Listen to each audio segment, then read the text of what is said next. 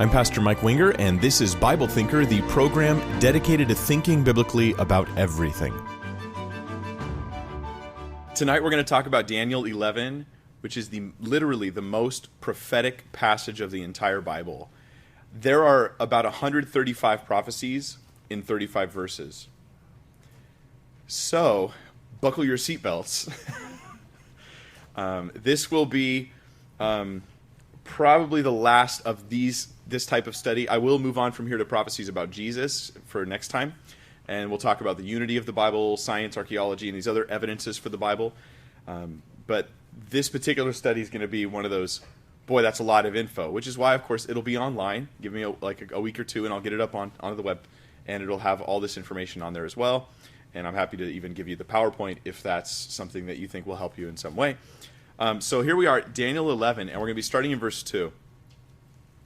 And he says, Daniel 11:2, it says, "And now I will tell you the truth. Behold, 3 more kings will arise in Persia, and the 4th shall be far richer than them all.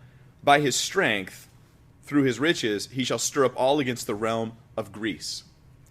So Daniel 11:2, it begins by saying there's going to be 3 more kings, 3 additional kings in Persia. Now, Cyrus, he was the current king in Persia at the time this prophecy was given. It was in the 3rd year of Cyrus. We read from earlier in the chapter, earlier in the passage. But then after Cyrus came Cambyses the second, and then Pseudo-Smerdis, unlike the full-blown Smerdis. No, I'm just kidding. And then Darius the first. Okay, so there's 3 more kings. Right? There's 3 more kings. Then the fourth king shall be far richer than them all. So actually the highlight of the prophecy here is so far the 4th king. It was just, there are going to be 3 more. Well, history agrees. There were 3 more, and the 4th king was Xerxes the first. Ruled from 486 to 465 BC. That's his time of reigning. He was definitely richer than the rest. He actually is the king that we read about in the book of Esther. Isn't that interesting?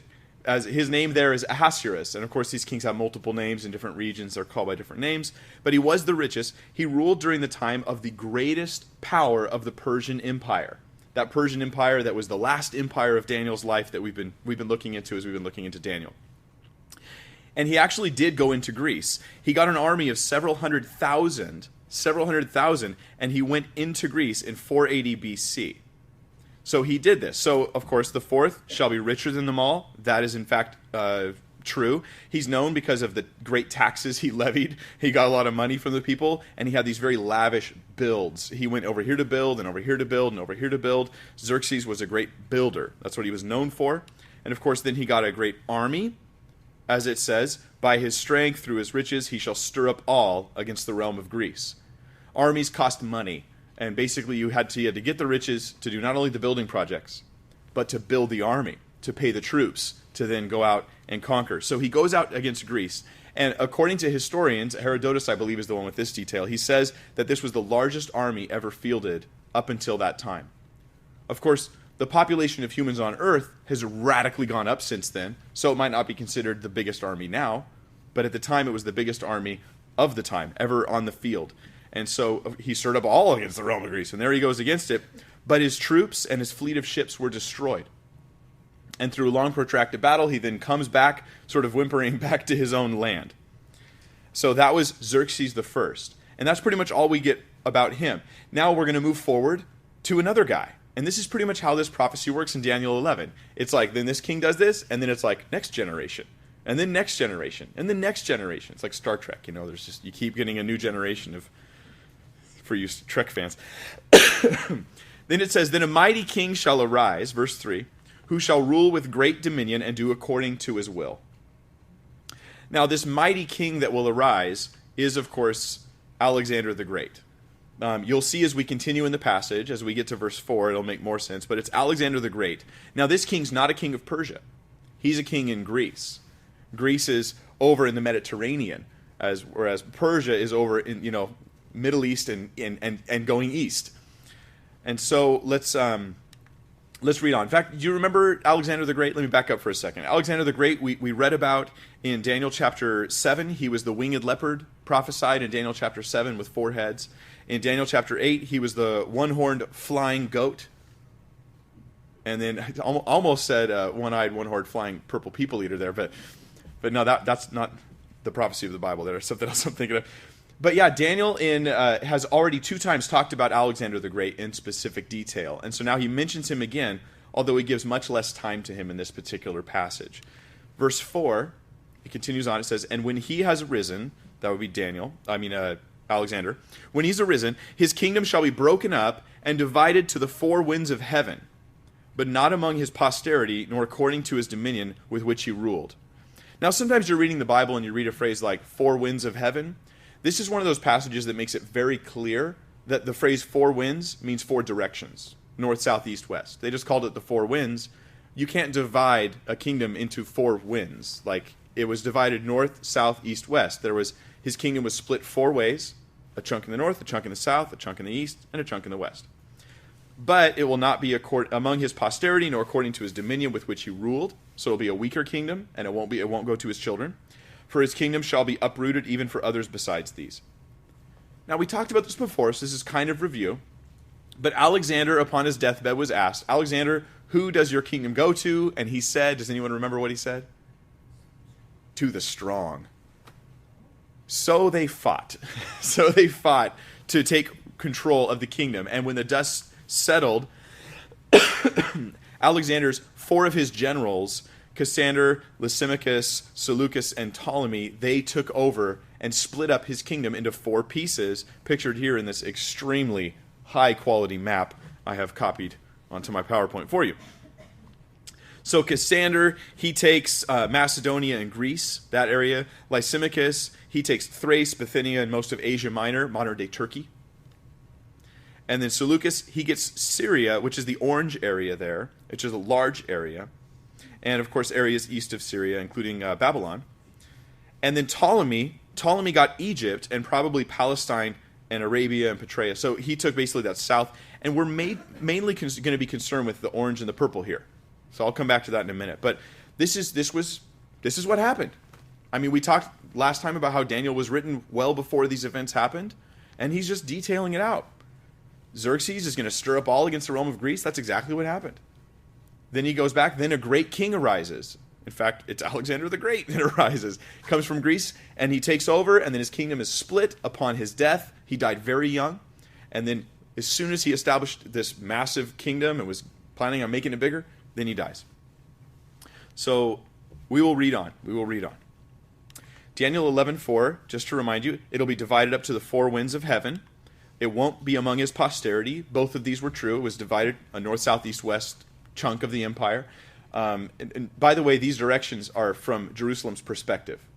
North of Jerusalem, south of Jerusalem, east and west of Jerusalem. It's all, Daniel's prophecies are largely centered around Jerusalem. In fact, it's called the glorious land in the book. It's like, this is the focal point of it all.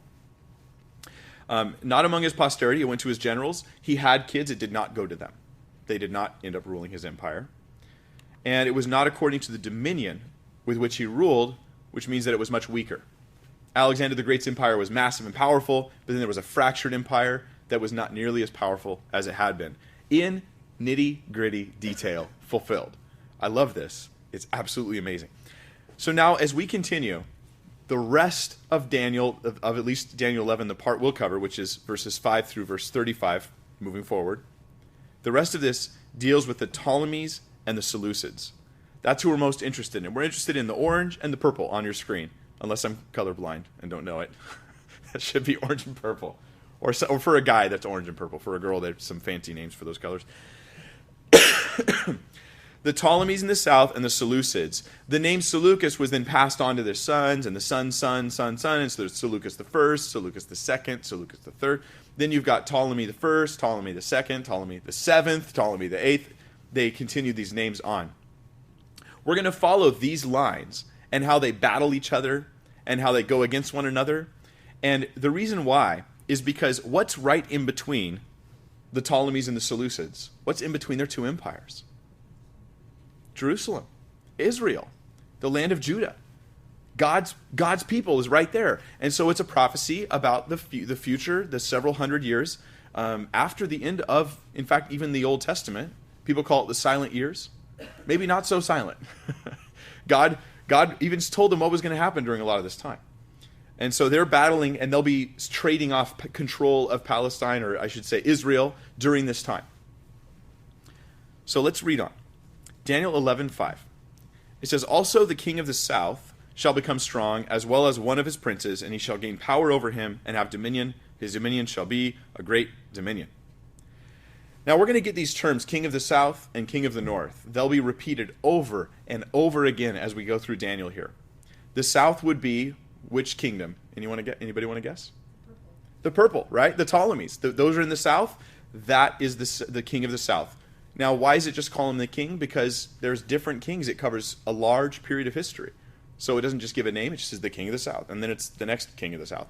The king of the north, on the other hand, is going to be Syria, because they are up north of the Ptolemies. So now north, south, north, south. The other two, Lysimachus and Cassander, their kingdoms just kind of crumbled.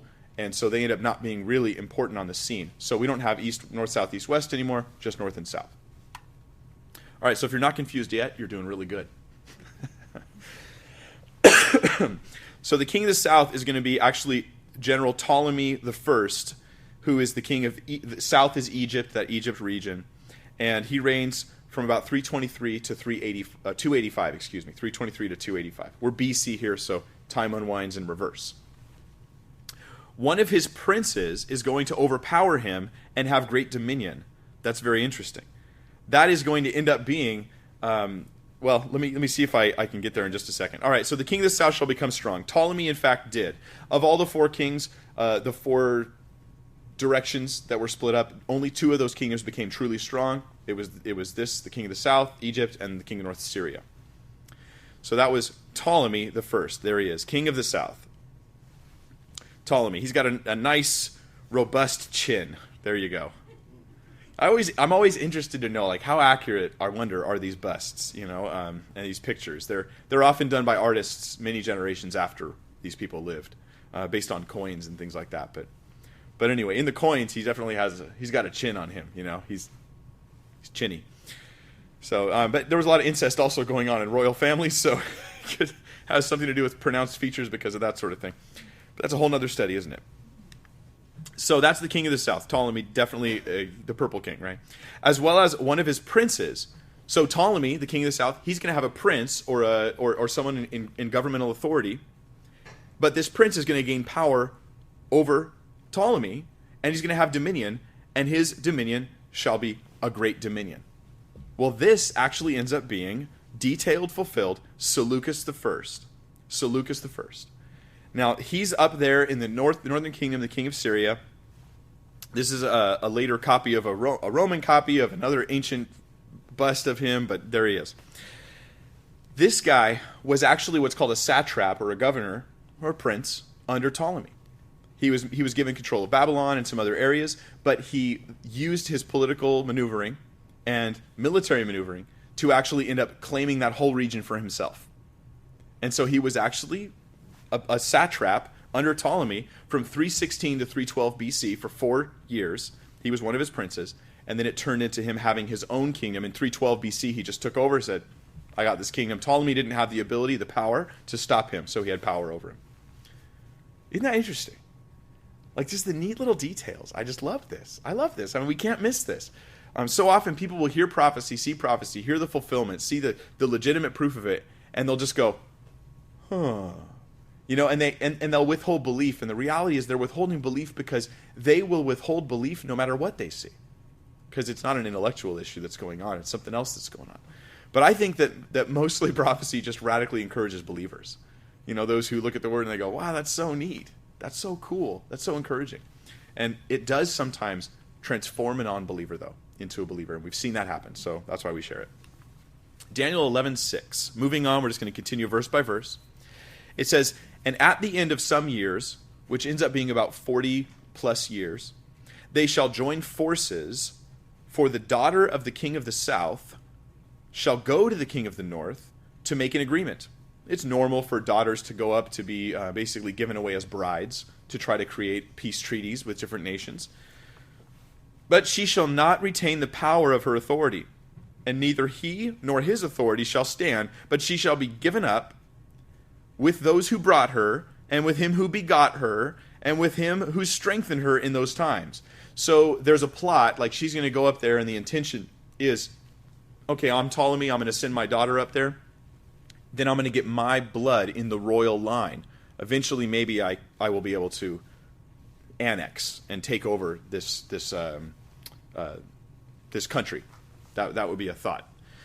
So ultimately here, the king of the south loses out on this deal, but the story's not over yet. But so here's what happened. The daughter, the king of the north is actually a guy named Antiochus II now. We're moving the king of the north. We're just traveling through history here. Antiochus II. The king of the south is Ptolemy II. So this is just one generation after the initial creation of these two empires. The daughter is a lady named Bernice, or Berenice.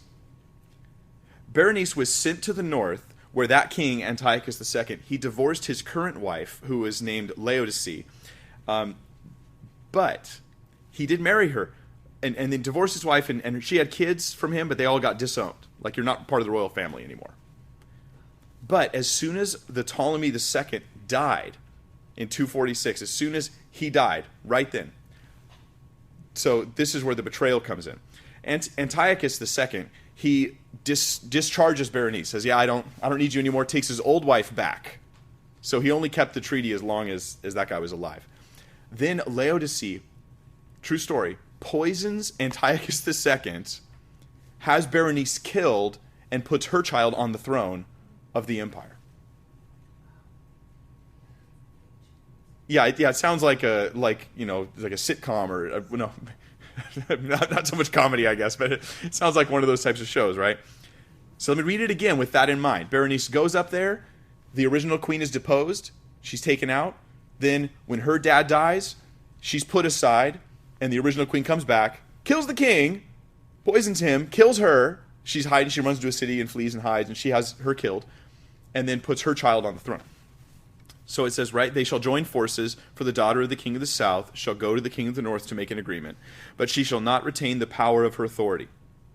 And neither he nor his authority shall stand, but she shall be given up with those who brought her, and with him who begot her, and with him who strengthened her in those times. And everybody who was part of that plot, it all failed.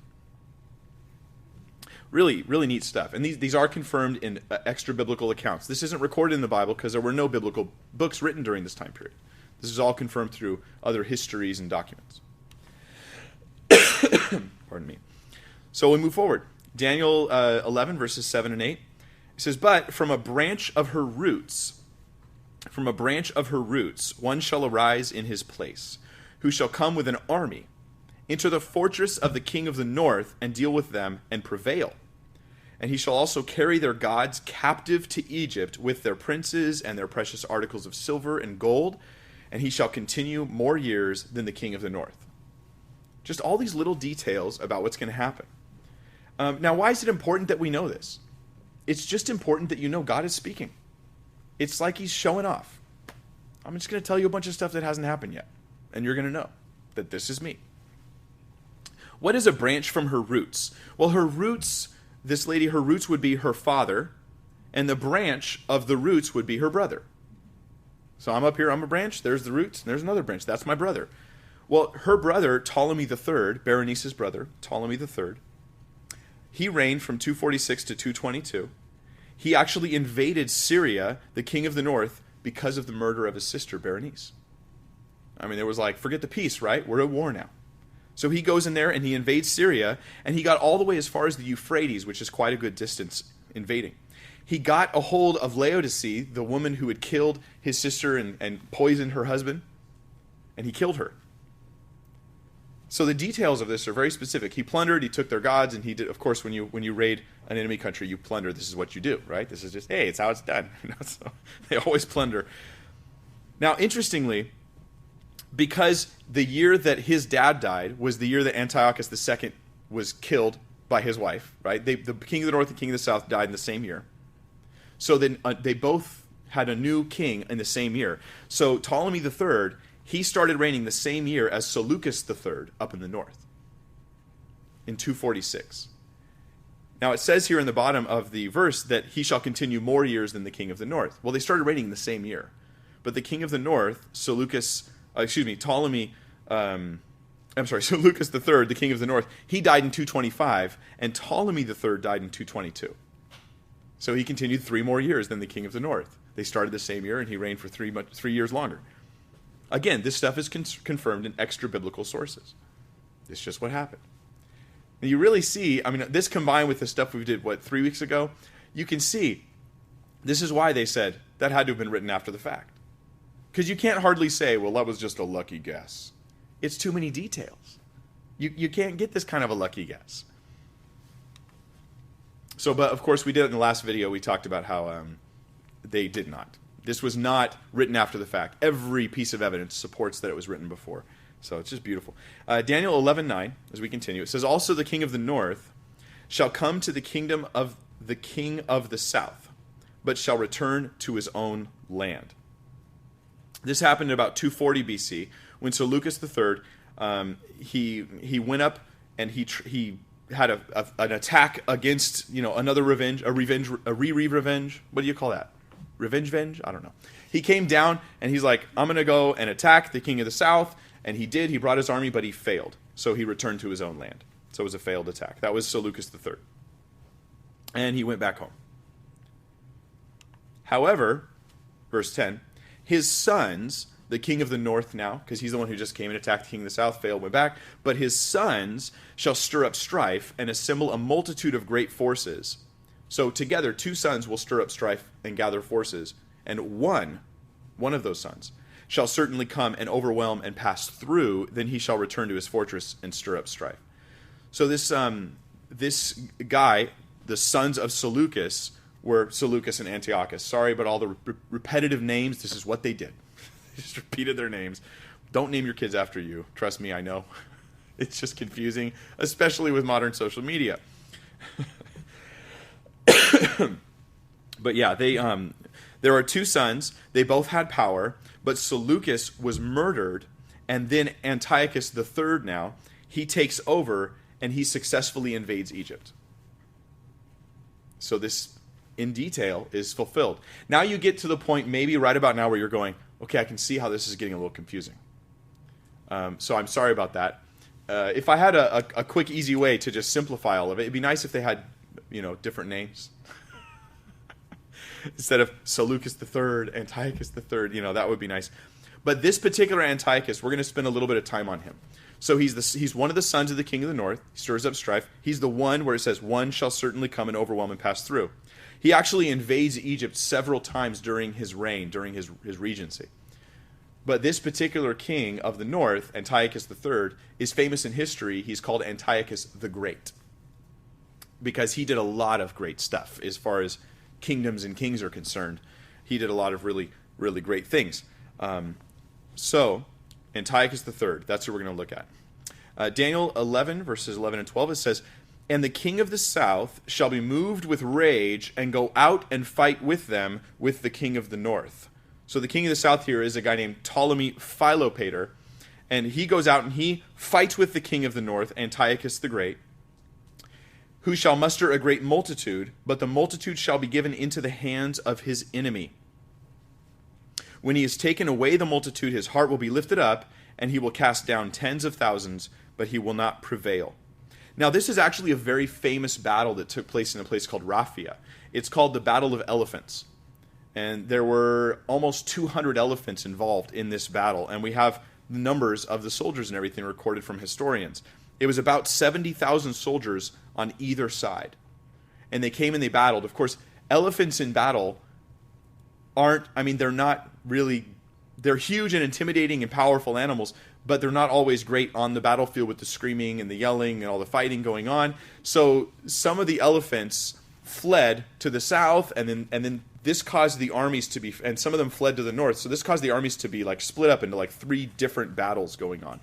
But when the dust settled, Antiochus III's army was destroyed, absolutely destroyed. About 70,000 foot soldiers, 5,000 horsebound soldiers, and 73 elephants, and the other multitude. Basically, he went back to Egypt, and he just went to go live up a sinful lifestyle. This is the king of the south. He He could have pressed on. He could have pushed forward, but he didn't. He was a debauched king. He had a reputation. Ptolemy Philopator, he had the reputation of he just wanted to live it up. So after the battle, he succeeded. He got enraged. He went out and fought. Then he just came back and thought, I'm good. Antiochus, however, went back to plot. So this is what happened. Now, verse 13 and 14, it says, for the king of the north will return. He will return and muster a multitude greater than the former. He's going to get a bigger battle going on, and shall certainly come at the end of some years with a great army and much equipment. Now in those days many shall rise up against the king of the south. Also violent men of your people shall exalt themselves in fulfillment of the vision, but they shall fall. So who is your people referring to? Yeah, Americans. No. Yeah, Israelites, right? These are Jews are going to partner with Antiochus III for this particular battle.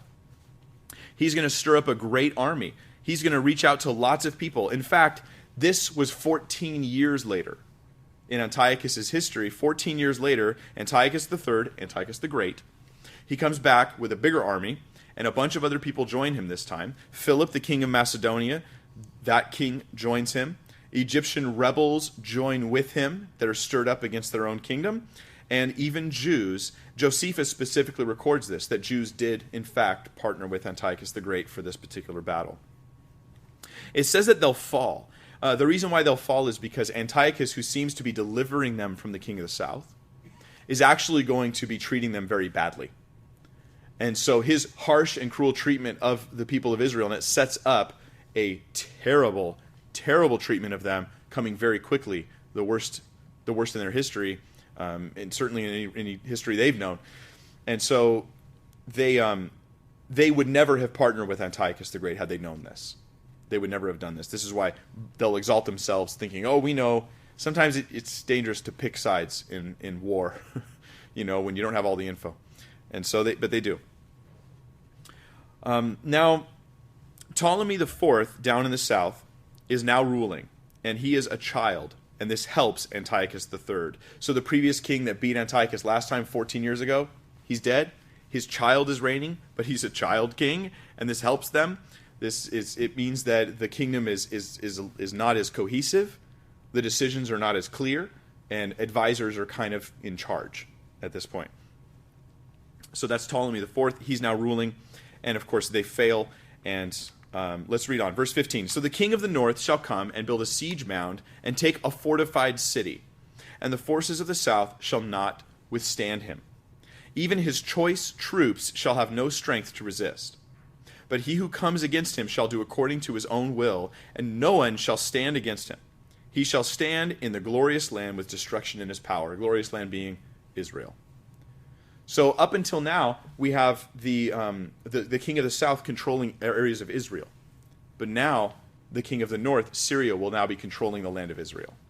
Israel is not here an independent nation. They're subject to the south, and they'll now be subject to the north. So this first fight was actually at a place called Paneas, at the headwaters of the Jordan River. Raise your hand if you've been to Israel. You guys got to go. It's really neat. So just me and my wife. Sorry, showing off. But it's really neat to go there. It's a great trip. It's a lot of fun.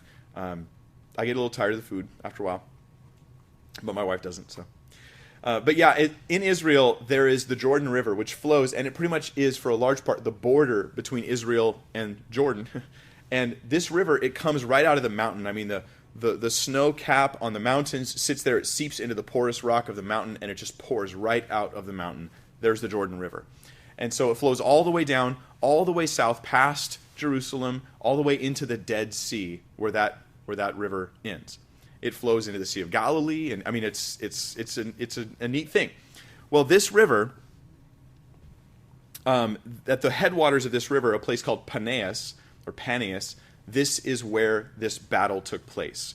The king of the north shall come, and that first fight was against an Egyptian general named Scopas. Now again, the boy king, was not out on the battlefield, but Scopas was. He met Antiochus the Great's troops, and he fled. And so he fled from the headwaters of the Jordan. He fled into a fortified city, and that would be Sidon, the city of Sidon.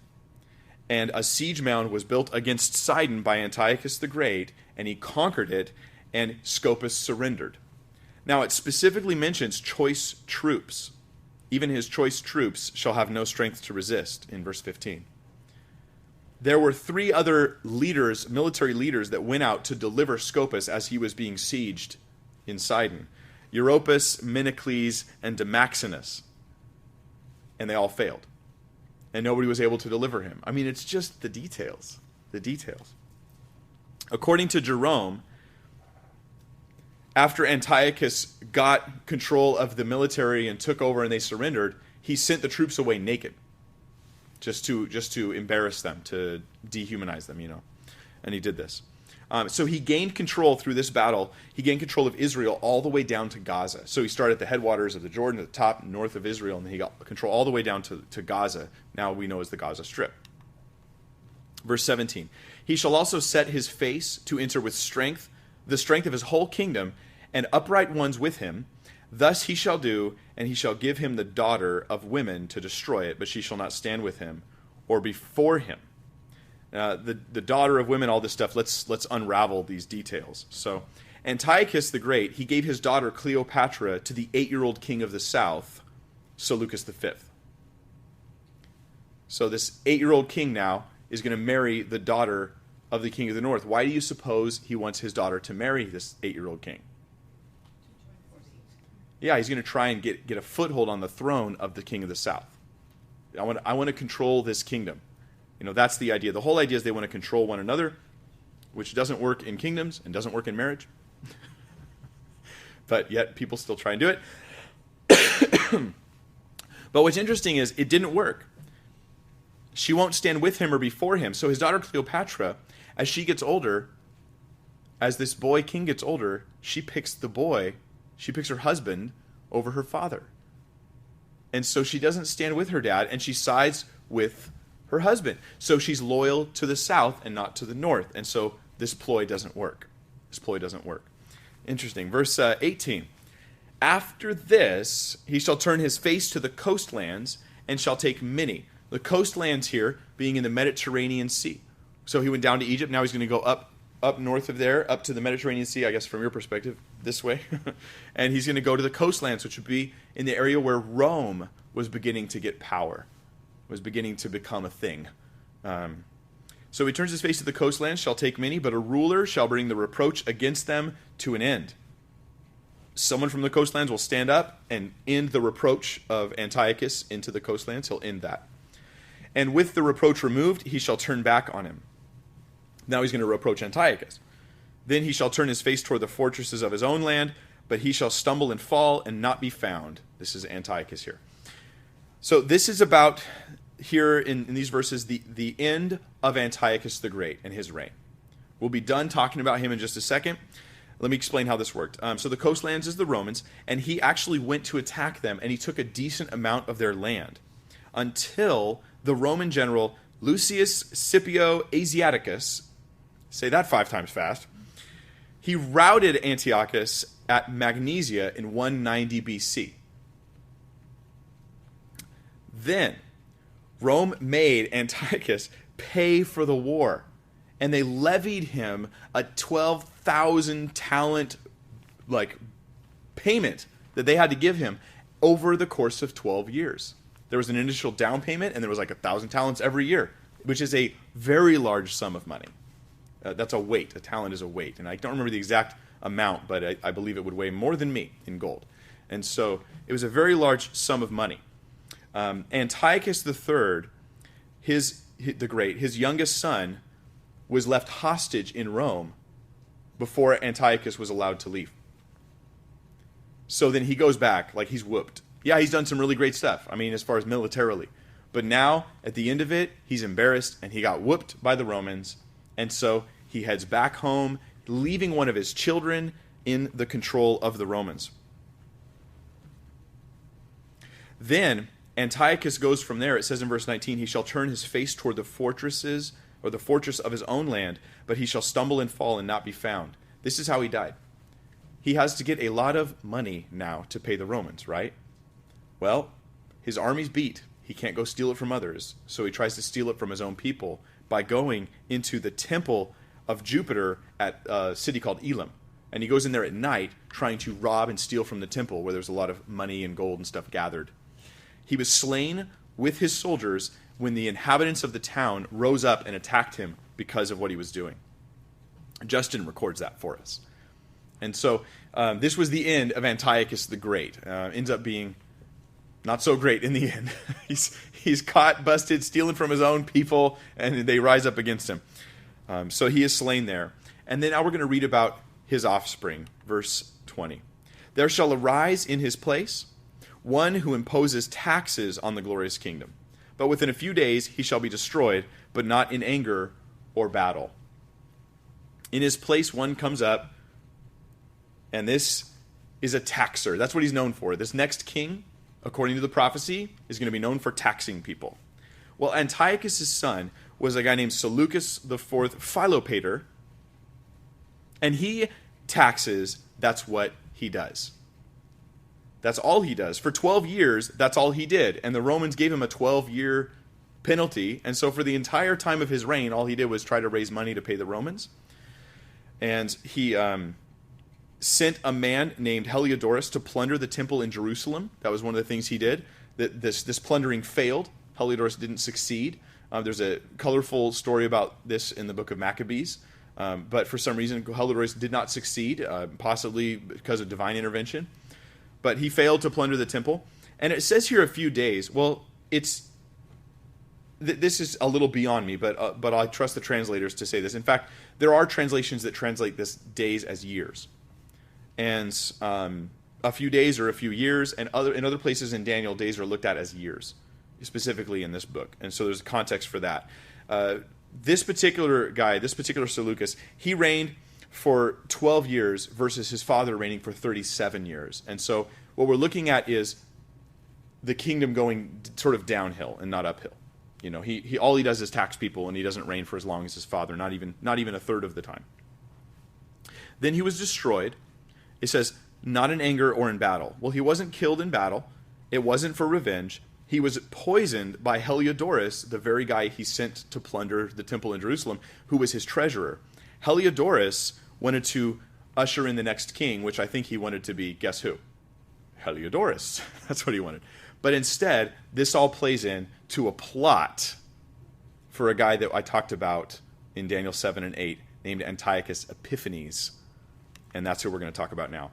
In his place shall arise a vile person, to whom they will not give the honor of royalty, but he shall come in peaceably and seize the kingdom by intrigue. Now, for the rest of the time, we're going to be talking about this guy. Now, till verse 35, this is the guy we're focused on.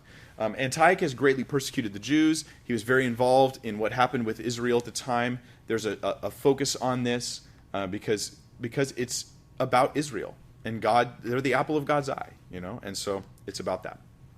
So now we focus on Antiochus IV Epiphanes. Antiochus III's,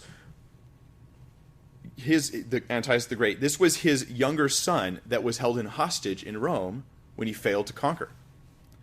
This guy ends up being king. How does that happen? Well, here's how it happened. It says specifically here, right? He shall come and he shall seize the kingdom by intrigue. Well, after spending about 14 years hostage in Rome, he then arranges, while his brother, who is the taxer of the kingdom, right? He's the guy making all the taxes to pay Rome. He arranges to have his brother's son put into Rome and put hostage instead of himself. So there's a prisoner exchange. He gets out, and his brother's son, who would be the heir of the kingdom, he goes in. Shortly thereafter, Heliodorus kills the current king, and Antiochus rises up, and through intrigue, through deal-making, he becomes the king. He makes a deal with the king of Pergamum to get his support. He then grabs his youngest nephew, because Demetrius, the rightful king, is now in Rome, hostage. He would be the next in line. The way it works is Antiochus, he's the younger brother, so he was never in line for king. You were never in line. You're part of the family, but you're never in line for king. But what he does is he grabs his nephew, his youngest nephew, who is an infant, and he attaches the infant to himself and says, I'm going to become co-regent just to nurse my infant nephew back into, and then he can. And of course, shortly after he becomes king, he kills his nephew. So he seizes the kingdom by intrigue. It's by deal-making. He's known for going out and giving lavish speeches to the royalty. He was known for going out and giving out money to the poor. And I think these are skills he learned at Rome. One of the dangers of being in Rome for 14 years is you start to learn how the Romans do things and how they work things, and you start to make some connections while he's there. Because even though he was there, he was royalty. He may have been a hostage, but he was still royalty. So, in his place shall arise a vile person. He is a vile person. He's a wicked person. He's a sick individual. We'll get into that. To whom they will not give the honor of royalty. He was not supposed to be given the honor of being the king. They didn't give it to him. He sort of seized it by intrigue. It was taken. But he shall come in peaceably. He didn't take it by battle or by war, and he seized the kingdom by intrigue, which we talked about. So he was truly a vile individual. A vile individual. He was known for drinking. He had nasty habits that I don't want to describe to you that were unfit for the king. He would disguise himself as a commoner. He would go out amongst the people. When he was out amongst the people, he was known for just throwing rocks at random people. He just wanted to just throw rocks at people. He was just a twisted, sick guy. This is why the Jews came to, and many other people came to call him kind of a play on words. He called himself Antiochus Epiphanes, which means the glorious, illustrious one, or possibly even God manifest. Boastful name. He gave himself this title. The Jews called him Antiochus Epimanes, which means madman, and it's kind of a play on words. You just switch the words out a little bit. And that's a more accurate description of this particular guy. So verse 22, with the force of a flood, they shall be swept away from before him and be broken. And also the prince of the covenant. And after the league is made with him, he shall act deceitfully, for he shall come up and become strong with a small number of people. Who's the they? It seems to me that the they that will be swept away is probably the they from the previous verse who didn't give him the honor of royalty. Those who didn't pick him as king will be swept away before him. He'll successfully, there were other people trying to become king. There were two in particular, Heliodorus and another guy. But they were swept away from before him, and they're broken. And it says, in the prince of the covenant. Now, who's this prince of the covenant? This is very possibly the high priest. In his very first year of his reign, Antiochus Epiphanes, this wicked man, Antiochus IV, I'll call him, he took the high priest, Onias, who seems like he was a good high priest from what we know of history, and he took him out of the high priesthood, and he put another guy in his place. And this guy was supposed to do what Antiochus wanted, basically try to make the Jews more Roman, and make them religiously more Roman, and sort of strip away some of the religious aspects of Judaism. So the prince of the covenant shall be swept away from before him and broken. And this eventually he was killed in 171 BC. He was eventually slaughtered, murdered. Now it's interesting that it says that it was a small group of people, a small number of people that brought him into power and made all this stuff possible. And this is really important to know. The number of people that have political opinions in a country is almost irrelevant. What matters is the number of people who are willing to actually do something about those opinions. The people that are willing to support candidates, or willing to vote, or willing to go out and attend a rally, or willing to have conversations, and maybe willing to start a group and promote certain values and certain ideas. And this is how even in America, a very small minority of people who have a particular agenda when it comes to sexuality have been able to force it and thrust it upon a much larger group of people that don't want that. It's just because they're so active. They're so active. And many times in churches we hear about how we should, let's just focus on Jesus. Let's just focus on the gospel. And this is weird because, can I do both? Can I focus on Jesus and the gospel, and mow my lawn? If my wife's like, honey, can you take the trash out? I'm like, honey, I'm just trying to focus on Jesus and the gospel. I can't take the trash out. Can't I be politically active and focus on Jesus and the gospel? Can't I be using the gospel and Jesus as my method of how I will try to impact my culture? And of course we can, and I think we should. And never underestimate the power of just one individual who's willing to stand up and say things and just do your best to try to affect the culture in wonderful directions. Because the wicked do it. And Jesus, like he said, sometimes the wicked are more wise than the sons of the light when it comes to that kind of stuff.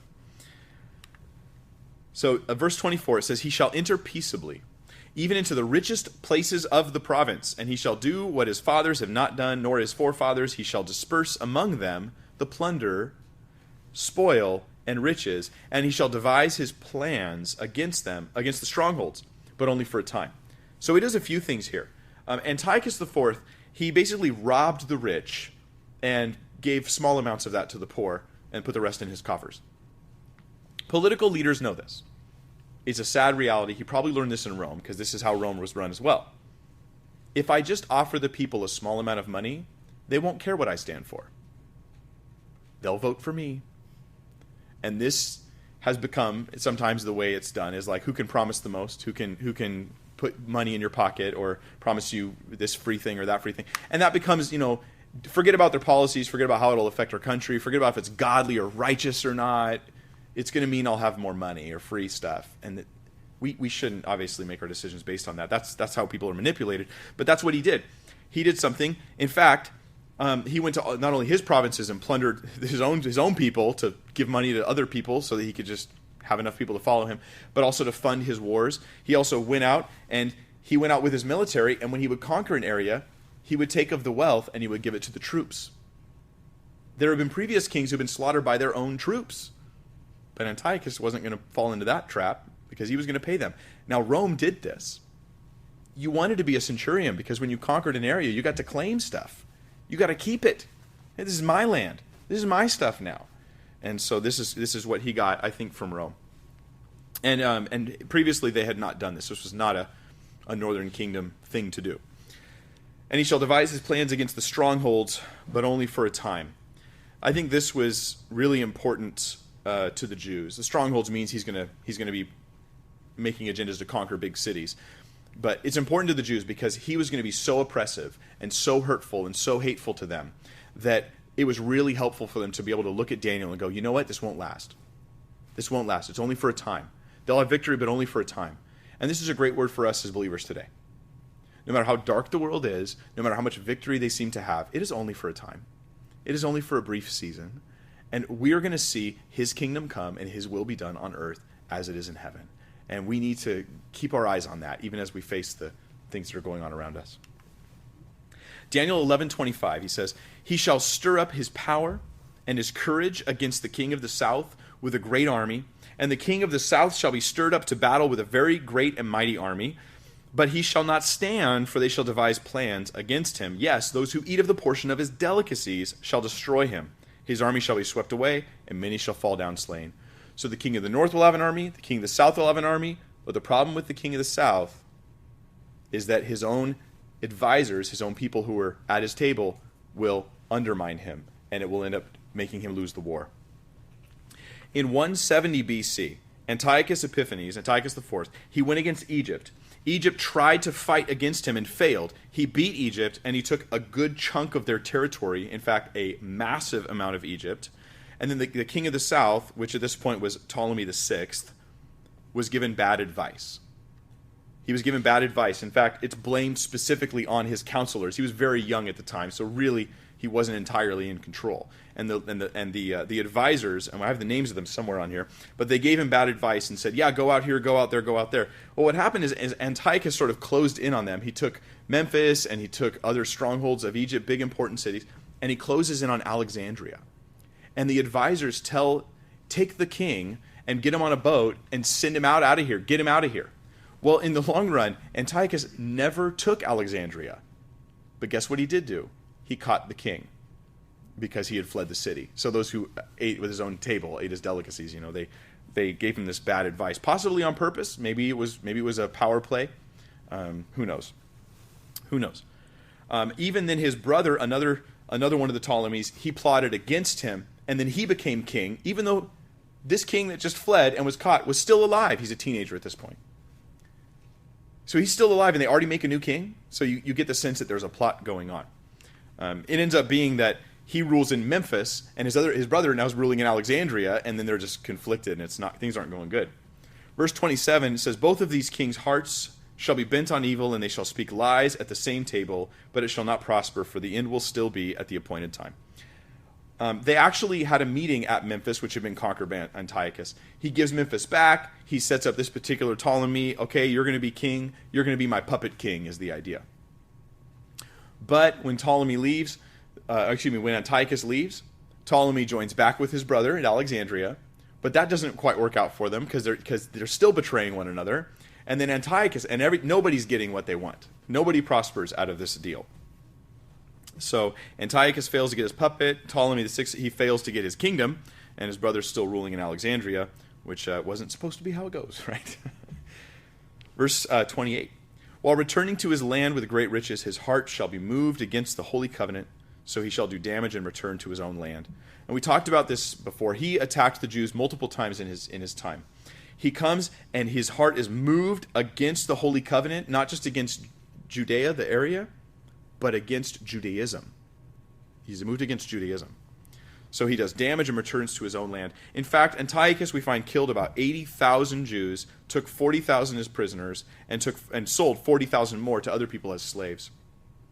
He plundered the temple. He went to the temple in Israel, and he stripped the gold off the walls of the temple because he's moved against the holy covenant. He took the furniture and utensils and stuff out of the temple, stole them. Verse 29, at the appointed time he shall return and go toward the south. But it shall not be like the former or the latter, for ships from Cyprus, this is so interesting, shall come against him. Therefore he shall be grieved, and return in rage against the holy covenant and do damage. So he shall return and show regard for those who forsake the holy covenant. Now, 2 years later, after this stuff happened down in the south the first time, in 168, Antiochus IV, he goes back. And this time, Ptolemy VI, he meets him with a delegation. He's like, you've been leaving you have a delegation of troops here in Egypt. We don't need them anymore. Because they're thinking we're bold enough, brave enough to rebel against him now. And so he starts fighting against them. He takes Memphis, he takes Cyprus, and now he is marching against Alexandria again, back to that same spot. But when he's still in the realm of in the range, in the fields of Alexandria, a delegation from Rome meets him. Ships here from Cyprus, or Kittim, depending on your translation. But this is the Mediterranean area where they came from, not the city that he captured.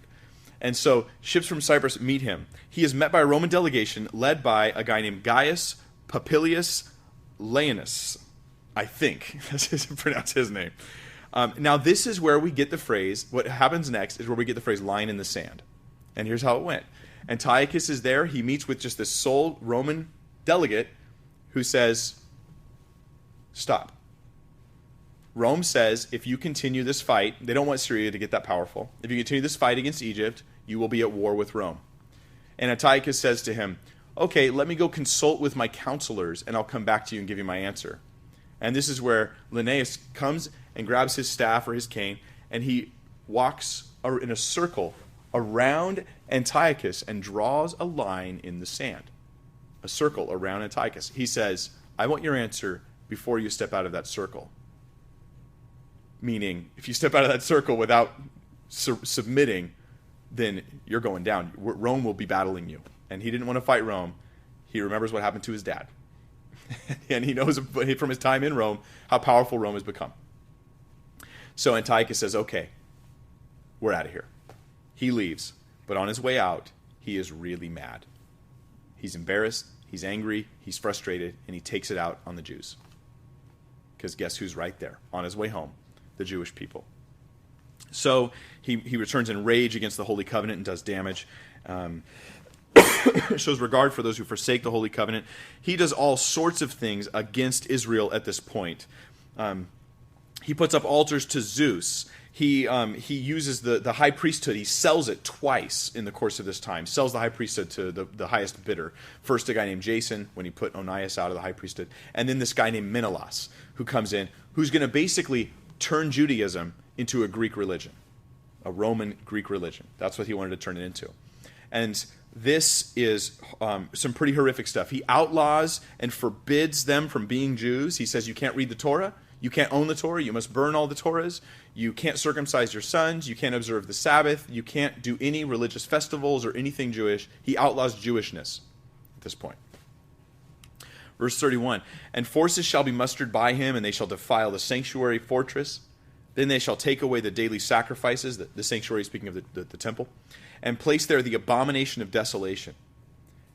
Now, this is where he actually takes an idol of Zeus, and puts it in the temple, which he feels he's like Zeus, and so he puts that in the temple, and then has a pig sacrificed to Zeus in the temple.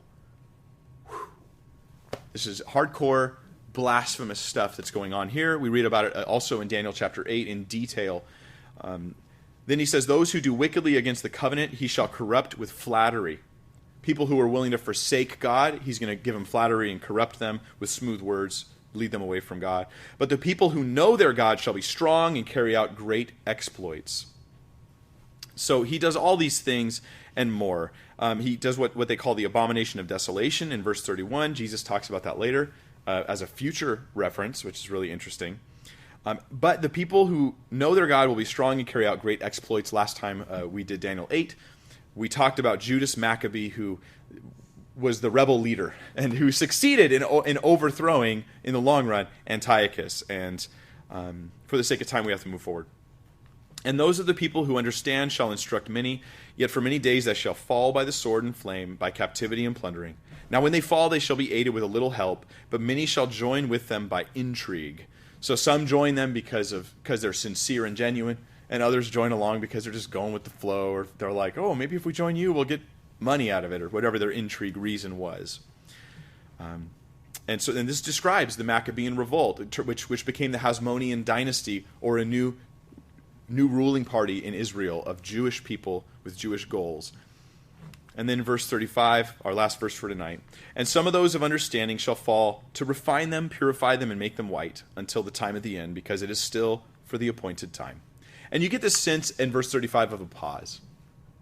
And then in verse 36 it picks up. That's actually future prophecy, I believe, my opinion is. Future prophecy about the Antichrist. And then into chapter 12, and it talks about it parallels with Revelation very well. It's really interesting stuff. But a great thing to learn here is God is using their pains to purify them. And he goes, yeah, some of you are going to fall, but it's going to be for your own purity. Well, what purity is there in death? It's like, well, death isn't the end. It's a purifying thing, and it's a glorious thing to even lose your life in the service of God for his goodness and his glory and his kingdom. And it's a good word for us. Now, there are about 135 prophetic statements in these 35 verses. And I just think it's amazing. And I've been very excited to go through this fulfilled prophecy with you guys. Most people don't have the patience for it. But those who do receive a reward, I believe. And you wonder why these passages, you read this and you're like, why is this in the Bible? It's confusing. It's in there to prove that the Bible is God's word. It's in there for the very purpose we have tonight. To say, hey, look, it's God. It's God. Let's pray. Father, thank you for your word and for this truth that we know that it is your word. And if it's your word, it's true. And we can trust it, and we can rely on it, Lord, and we can fall back on it, and we can follow. Lord, we pray that you would give us wisdom, help us to be able to share this truth with others.